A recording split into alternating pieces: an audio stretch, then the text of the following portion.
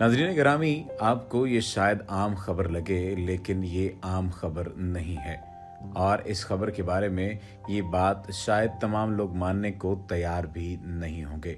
यरूशलेम में बर्फबारी हुई है, और ये बर्फबारी कोई आम बर्फबारी नहीं ही, बल्कि इसने पूरे शहर को सफ़ेद चादर से ढक दिया। कभी ऐसा नहीं हुआ था कि यरूशलेम पूरे का पूरा सफ़ेद चादर में ढका हुआ नजर आता। लेकिन अब अगर देखा जाए तो ये यरूशलेम सफ़ेद चादर में ढका हुआ नजर आ रहा है। इसराइल के शहर यरूशलेम में 6 साल बाद बर्फबारी हुई है, और बुध को शुरू होने वाली बर्फबारी वक्फे वक्फे से जारी रही और रात भर ये सिलसिला बरकरार रहा, जिसके बाद सुबह तक 10 सेंटीमीटर तक बर्फ पड़ चुकी थी। मौसम सर्द होने के बायस तालीमी इदारों में तदरीसी अमल के अलावा ट्रैफिक और रेल का निज़ाम भी अच्छा खासा मुतासर हुआ था। कुछ लोग इसको क़यामत की निशानियों से ताबीर कर रहे हैं, और साथ ही साथ ये बात कहते हैं कि मशरक़ वुस्ता और क़यामत के निशानात में से एक बड़ा निशान ये भी है कि यरूशलेम में और इसके साथ साथ दीगर अरब ममालिक में जो मौसमी हालात होंगे वो बहुत अजीब व गरीब होंगे।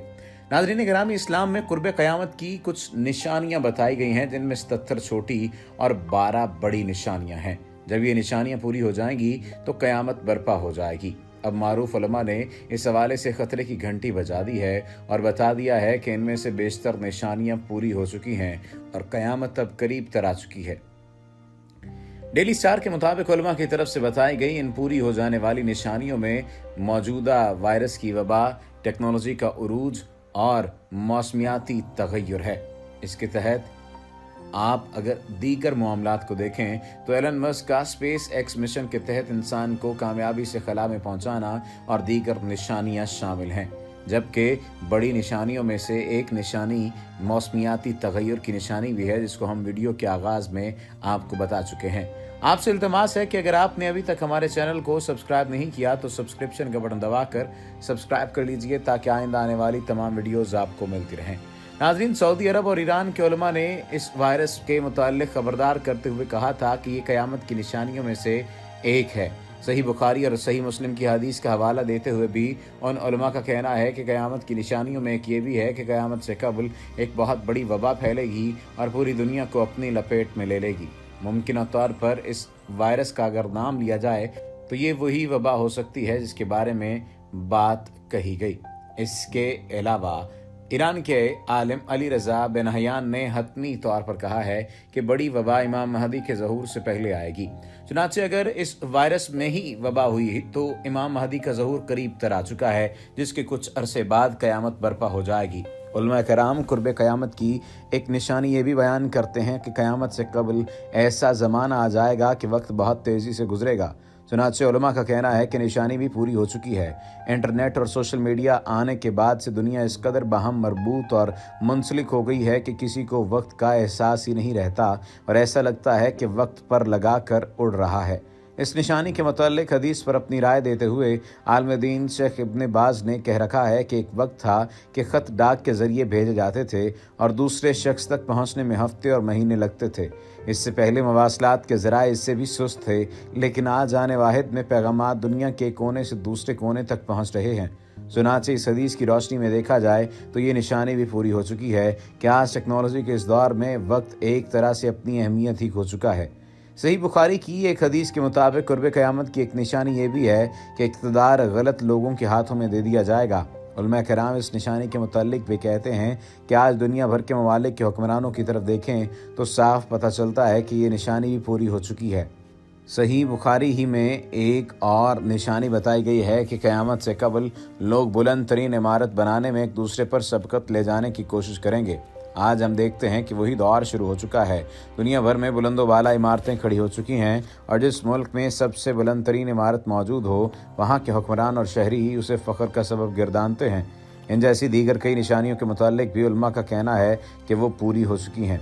अगर मशरक़ वुस्ता और क़यामत के निशानात का जिक्र किया जाए तो जैसा कि पहले हम आपको बता चुके हैं कि मशरक़ वुस्ता में भी कई ऐसी क़यामत की निशानियाँ हैं जो पूरी होती हुई नज़र आ रही हैं। इसके बाद सवाल ये पैदा होता है कि अल्लाह के रसूल सल्लल्लाहु अलैहि वसल्लम की वो हदीस क्या थी जिसमें उन्होंने क़यामत से पहले अरब के सरसब्ज़ होने का जिक्र किया था, और یہ جو موسمیاتی تغیر ہے کیا یہ اسی کا شاخسانہ ہے یا اسی کا ہی ایک حصہ ہے؟ اللہ کے رسول صلی اللہ علیہ وآلہ وسلم کی ایک اور حدیث ہے کہ قیامت سے پہلے عرب دوبارہ سرسبز ہو جائے گا، یعنی پہلے بھی سرسبز تھا، قیامت کے قریب دوبارہ ہو جائے گا۔ یاد رہے مکہ کے قریب صحرا میں سے ہاتھی کی باقیات مل چکی ہیں اور ہاتھی انتہائی سرسبز علاقے میں ہوتا ہے۔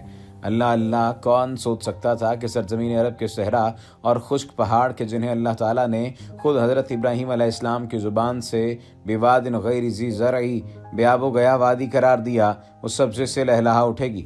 چنانچہ پوری دنیا میں گلوبل وارمنگ اور موسمیاتی تبدیلی کے باعث سعودی عرب اور امارات میں بارشیں شروع ہو چکی ہیں، اتنی بارشیں اور ہوائیں کہ سیلاب آنا شروع ہو گئے ہیں۔ مکہ اور جدہ میں سیلاب آ چکے ہیں اور ایک سیلاب چند دن پہلے آیا ہے جس میں چند افراد لقمہ اجل بنے۔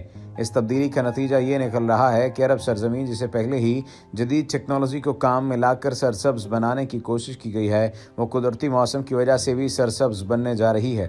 سعودی عرب گندم میں خود کفیل ہو چکا ہے، اب وہاں خشک پہاڑوں پر بارشوں کی وجہ سے سبزہ اگنا شروع ہو گیا، پہاڑ سرسبز ہونے لگے ہیں۔ بارشوں کی وجہ سے آخرکار حکومت کو ڈیم بنانا ہوں گے جن سے پانی کی نہریں نکلیں گی، ہریالی ہوگی، سبزہ مزید ہوگا، فصلیں لہلہائیں گی۔ یوں یہ پیشگوئی بھی اپنے تکمیلی مراحل سے گزرنے جا رہی ہے، اور جو ہمارے آقا حضور نبی کریم صلی اللہ علیہ وآلہ وسلم نے فرمایا اسے ہم اپنی آنکھوں سے دیکھتے جا رہے ہیں۔ امام احمد ابن حنبل کے بارے میں کس نے نہیں سنا؟ امام احمد ابن حنبل رحمۃ اللہ تعالیٰ علیہ اپنی مسند میں حدیث لائے ہیں جسے محدث اثر علامہ ناصر الدین البانی رحمۃ اللہ تعالیٰ علیہ نے سند کے اعتبار سے صحیح کہا ہے کہ اللہ کے رسول صلی اللہ علیہ وآلہ وسلم نے بتایا، مسلمانوں کے خون بہنے کی جگہ شام ہے۔ آج ہم دیکھ رہے ہیں کہ خون ریزی کے اعتبار سے شام کا علاقہ عراق کی سرزمین سے بھی آگے نکل گیا ہے۔ یہ خون ریزی اس لیے بڑھ گئی ہے کہ لیبیا اور عراق کے صدر تو فوراً زندگی سے فارغ کر دیے گئے ہیں، جبکہ شام کا صدر تاحال باقی ہے۔ روس اور ایران اس کی پشت پر ہیں اور اب روس عملی طور پر شام میں موجود ہے، جبکہ امریکہ اور برطانیہ وغیرہ اس کو فارغ کرنا چاہتے ہیں۔ یوں بشار الاسد کے برقرار رہنے کی وجہ سے شام کے مسلمانوں کا خون ارزاں ہو چکا ہے۔ مستقبل میں یہ جنگ اور فتنہ بڑھتا ہوا نظر آتا ہے۔ داعش کی شکل میں جو خارجی فتنہ موجود ہے اس نے بھی شام اور عراق میں خون ریزی کرنے میں کوئی کسر نہیں چھوڑی۔ عراق فتنے کی جگہ ہے۔ اللہ کے رسول صلی اللہ علیہ وآلہ وسلم نے فرمایا کہ فتنے یہاں پیدا ہوں گے۔ اس ساری پیشگوئیاں ہم دیکھ رہے ہیں۔ ناظرین گرامی، ان پیشگوئیوں کا ذکر کیا جائے، موجودہ صورتحال کا ذکر کیا جائے تو ایسے ہی معلوم ہوتا ہے کہ جیسے قیامت آ چکی ہے۔ اللہ سبحانہ و تعالیٰ سے التماس ہے کہ وہ ہماری مغفرت فرما دے، وہ ہمیں شروع سے ہی نیک کاموں پر لگا دے، اور ساتھ ہی ساتھ اللہ سبحانہ و تعالیٰ سے دعا اور التماس ہے کہ وہ ہمیں معاف فرما دے اور صرف اپنے در کا بھکاری رکھے۔ وما علینا الا البلاغ المبین۔